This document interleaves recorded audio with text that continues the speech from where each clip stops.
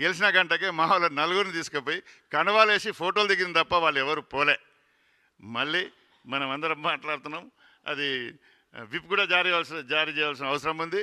కనుక వాళ్ళు భయపడి మళ్ళీ పొద్దున నాకు అన్న వాడు బెదిరిస్తే వాడు ఎమ్మెల్యే కదా, ఇక్కడ ఉన్నాడు కదా, వాడు బెదిరిస్తే ఇదేం వర్డ్స్ అన్నారు. నేను అనే మాటలు కాదు అది, వాళ్ళు అన్నమాట. మేము ఎటు పోలేదు, మీతోటే ఉంటాం, మీతోటే ఉన్నామని చెప్పడం జరిగింది. కనుక గుండాయిజం దాదాగిరి కోల్బెల్ట్ ఏలియోడ్ నడవది, నిమిషం 2 నిమిషాలకే. దాని తర్వాత మళ్ళీ మనతోటి ఉంటారనేది మీకు తెలియపరుస్తున్నాం. అంటే ఓవరాల్గా ఇక్కడ ఎలక్షన్ ప్రొసీజర్స్ కౌంటింగ్ రిపీటెడ్గా మళ్ళీ చేయించడం. మంచిర్యాల్లో ఒక 2-3 చోట్ల ముందు ఏఎఫ్బి వాళ్ళు గెలిచినారని చెప్పి ప్రకటన వచ్చిన తర్వాత కూడా లేదు మళ్ళీ రీకౌంటింగ్ అని చెప్పి 5 ఓట్లు తక్కువ ఉన్నాయి, 2 ఓట్లు తక్కువ ఉన్నాయని మళ్ళీ కాంగ్రెస్ పక్షాన చేసిండ్రు. కరీంనగర్లో కూడా అట్లే చేసిండ్రు, గోదావరి కన్నులు అట్లే చేసిండ్రు. అంటే చాలా చోట్ల అధికార పార్టీ దుర్వినియోగానికి పాల్పడడం కూడా ప్రజల దృష్టిలో ఉండాలని చెప్తా ఉన్నాం. బట్ ఎనీవే అన్నీ జరిగి 18th తర్వాత చైర్మన్లు అన్నీ ఎన్నికవుతారు. అల్టిమేట్గా నేను మళ్ళీ కోరేది ఒకటే, గెలిచింది ప్రజలే, గెలిపించుకున్నటువంటి అభ్యర్థుల్ని పని వేయించుకోవాల్సింది కూడా దయచేసి ప్రజలే అని తెలియజేస్తూ ఈ మంచి అవకాశాన్ని ఇచ్చినటువంటి ప్రజలకు మళ్ళీ ఒకసారి ధన్యవాదాలు, మీడియా మిత్రులకు ధన్యవాదాలు. జై తెలంగాణ, జై జాగృతి.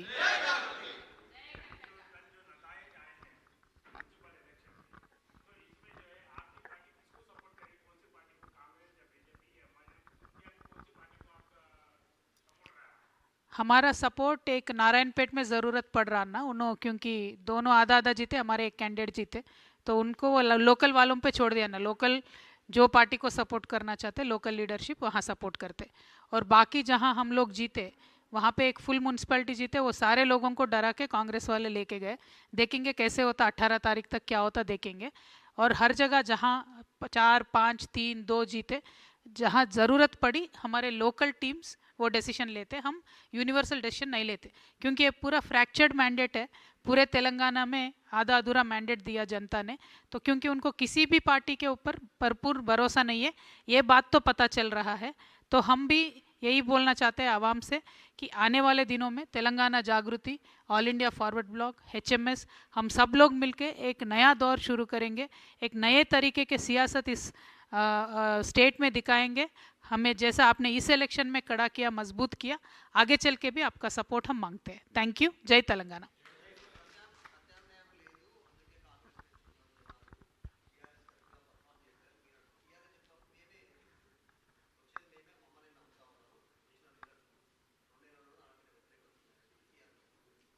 అంటే అంతకుముందు కాంగ్రెస్ ఆపోజిషన్లో ఉన్నప్పటి ఓట్లతో కంపేర్ చేసుకొని కేటీఆర్ గారు ఆ మాట చెప్తా ఉన్నారు.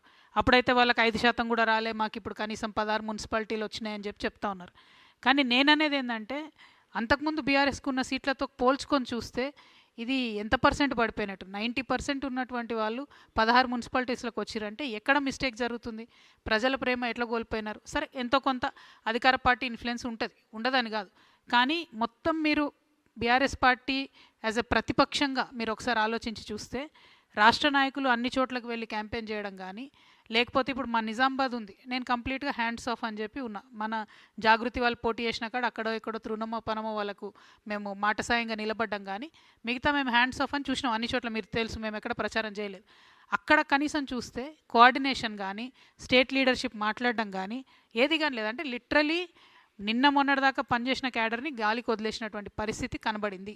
అందుకే రిజల్ట్ 1 సైడెడ్గా కాంగ్రెస్కి పోయింది. నార్దర్న్ తెలంగాణలో బీజేపీకి ఫేవర్గా రిజల్ట్ వచ్చేటట్టుగా డిజైన్ జరిగింది అని నాకు ముందు నుండి అనుమానాలు ఉంటే నేను ఇప్పుడు మళ్ళీ అదే వ్యక్తం చేస్తా ఉన్నా. అందుకే అన్న నేను బీఆర్ఎస్ బీజేపీ యొక్క కాంబినేషన్కి ఇది తొలిమెట్టులా కనబడుతుందని అందుకే అన్నాను తప్ప ఊరికే అనలేదు. సో మీరు అనలైజ్ చేసి చూసినట్టయితే కంప్లీట్గా వదిలేసారు. అంతకుముందు మంత్రులుగా ఉన్నటువంటి వాళ్ళు ఎక్కడ బాధ్యత తీసుకొని పనిచేసారు? అంతకుముందు మంత్రులుగా ఉన్నటువంటి వారు కేటీఆర్ గారు కానీ ఎన్ని చోట్లకు పర్యటన చేసి ఎక్కడెక్కడ ప్రచారం చేశారు? అంటే you are a big party కదా, మెయిన్ పొలిటికల్ ఆపోజిషన్. అన్ని పక్కన పెడితే అసలు కాంగ్రెస్ ఫెయిల్యూర్ని ఎక్స్పోజ్ చేయలేదు కాబట్టి కాంగ్రెస్ సీఎం గారు ఎక్కడికి వెళ్ళి అబద్ధాలు చెప్పినా కూడా చెల్లుబాటు అయింది. అందుకే వారికి ఎక్కువ ఓట్లు వచ్చినాయి. వారు ఎక్కడ పనిచేశారు? మహిళలకు 2500 ఇవ్వలేదు, పిల్లలకు ఉద్యోగాలు ఇవ్వలేదు, పెన్షన్లు పెంచుతామన్నారు, అది పెంచలేదు. దాని మీద ఎక్కడ పోరాటం చేస్తుంది ప్రధాన ప్రతిపక్షం? ఆ విషయం ప్రజల్ని గమనించవలసిందిగా కోరుతున్నాను. Thank you. జై తెలంగాణ, జై జాగృతి.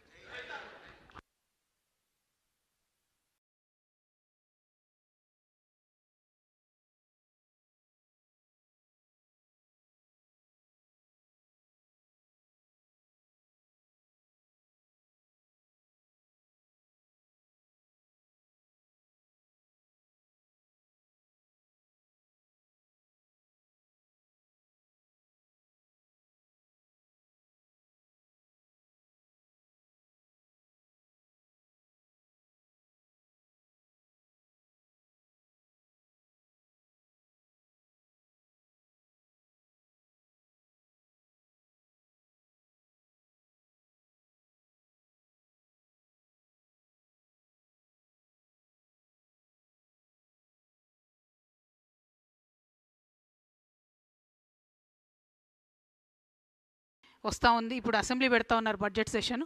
అందులో అన్నీ కూడా మీరు హామీలు నెరవేర్చాలని చెప్పి నేను కోరుతా ఉన్నాను. ఇంకొక విచిత్రమైన పరిస్థితిని మనం గమనించాం ఇక్కడ. ఒక్కొక్క మున్సిపాలిటీలో ఒక్కొక్క రకమైన పొత్తు, కానీ మేజర్ మున్సిపాలిటీలలో మాత్రం నార్త్ మొత్తంలో కూడా బీజేపీ బీఆర్ఎస్ అన్నట్టుగా కనబడుతూ వచ్చింది. సౌత్ మొత్తం కాంగ్రెస్ ఎక్కువ కనబడ్డది. నేను ఇదివరకు కూడా చెప్తూ వచ్చిన నా పొలిటికల్ అబ్జర్వేషన్ ప్రకారం బీజేపీ బీఆర్ఎస్ పొత్తుకు ఇది తొలి మెట్టుగా నేను భావిస్తూ ఉన్నా. మరి ఇక్కడ నుంచి ఎట్లయితుంది ఏంది అన్నది అబ్జర్వ్ చేస్తూ ఉండాలి, కానీ తొలి మెట్టుగా నేను భావిస్తూ ఉన్నా. ఇంకొక మాట కూడా నేను చెప్తా ఉన్నా. నిన్న కేటీఆర్ గారు మాట్లాడుతూ సిపిఐ పార్టీ కార్మికుల హక్కుల కోసం బాగా పనిచేసింది కాబట్టి కొత్తగూడెంలో నేను ఓపెన్ ఆఫర్ ఇస్తున్నా అని చెప్పారు. అంటే బీఆర్ఎస్ పార్టీ ఎంత దుస్థితికి వచ్చిందంటే, మనం ఇదివరకు సిపిఐ సిపిఎం పార్టీని తోక పార్టీ అనేది